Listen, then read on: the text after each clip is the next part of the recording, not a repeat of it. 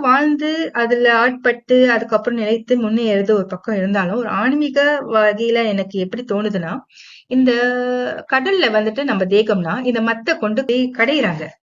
எப்படின்னா நம்ம தேகத்தை நம்ப மத்த கொண்டு கிடைக்கிற மாதிரி நம்ம அகப்பயணத்துல நம்மள கரையணும். இந்த அகப்பயணத்துல நம்மள நாம கடையிறப்பதான், அகப்பயணத்துல போகிறப்பதான் நமக்குள்ள உள்ள அந்த நஞ்சு, அந்த விஷயம் வெளியாகும். உள்ள இருக்கிற அந்த தீமை, அந்த அறியாமை என்ற அந்த விஷயங்கள்லாம் நம்மளை விட்டு வெளியே போகும்.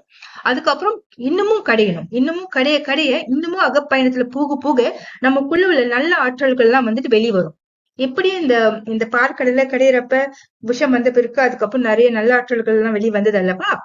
அதே போல நம்மள நாம கடையிறப்ப, அகப்பயணம் என்ற மத்தை கொண்டு நம்ம கடையிறப்ப நம்மளுக்குள்ள உள்ள ஆற்றல்கள் வெளியே வரும். ஆற்றல்கள் வந்தாலும் பத்தாது, இன்னமும் கடையணும். இன்னமும் கடைய கடைய கடைய